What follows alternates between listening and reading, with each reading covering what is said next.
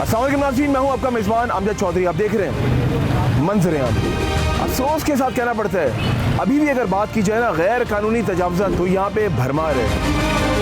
College के gate से लेके जामा के कोने तक ठिए लग गए। ठीक है ना। हमारे तो काम है सर, हमारा काम खत्म हो गया। हमारा भाई ने बोल दिया कि पैसे देते होंगे तभी तो रखा है।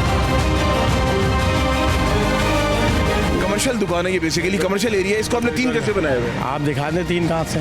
एक ये रही, ये टेबल लगा के ये दूसरी दुकान बनाई हुई है, ये तीसरा टेबल। अगर एक दुकान को उन्होंने 3 दुकानों में डिस्ट्रीब्यूट किया हुआ है तो ये वायलेशन है। तो वो कहते हैं ना, चोर की दाढ़ी में तिनका, मैंने जिस तरह पहले भी कहा।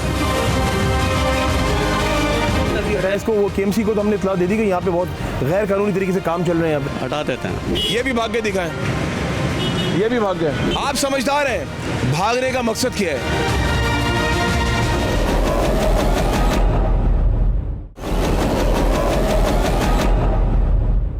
आप देख रहे हैं 5 न्यूज़।